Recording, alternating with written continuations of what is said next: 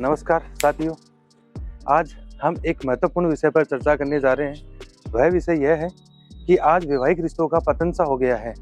वैवाहिक रिश्ते जिनमें एक माता पिता बड़े ही चाव से अपने बच्चे की शादी करते हैं और शादी करने के बाद 2 महीने या 3 महीने बाद में उसकी पत्नी किसी न किसी बात का विवाद करके अपने पीहर जाके बैठ जाती है और अपने पिता के साथ मिलकर कोई न कोई षड्यंत्र के द्वारा अपने पति और उसके परिवार पर एक झूठा मुकदमा दर्ज करवाती है कि मुझे ससुराल में प्रताड़ित किया गया।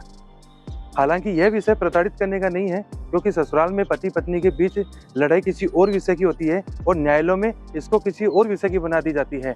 इन दहेज के साथ साथ भरण पोषण, घरेलू हिंसा का मुकदमा भी पति और उसके ससुराल पे दर्ज करवा दिया जाता है और यह अनावश्यक बोझ डालने की प्रवृत्ति जिसके कारण आज का पुरुष अवसाद में आकर आत्महत्या कर लेता है। यह हमारे समाज के लिए बड़ी विडंबना का विषय है कि यदि इन मुकदमों के ऊपर अंकुश ना लगा और इन महिला कानूनों में यदि संशोधन नहीं हुआ तो आने वाले समय के अंदर यह बहुत बड़ा एक विषय बन जाएगा, जिसके कारण महिलाएं कानूनों का दुरुपयोग करती जाएगी और पुरुष आत्महत्या करता जाएगा। यह आंकड़े आज पूरे भारतवर्ष में बहुत ज़्यादा हो चुके हैं, इसलिए इन कानूनों में संशोधन होना बहुत ही ज़्यादा आवश्यक है।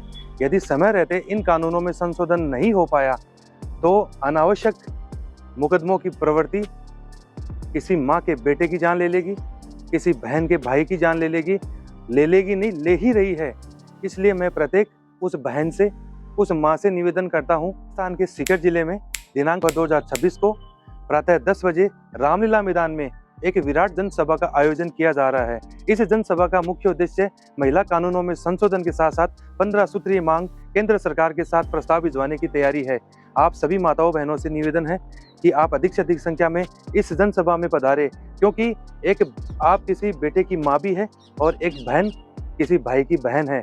इसलिए मेरा निवेदन उस प्रत्येक माँ से और उस प्रत्येक बहन से है जिन्होंने अपना बेटा खोया है, अपना भाई खोया है, क्योंकि तकलीफ उसे ही होती है जो उस तकलीफ से गुजर कर आया हो।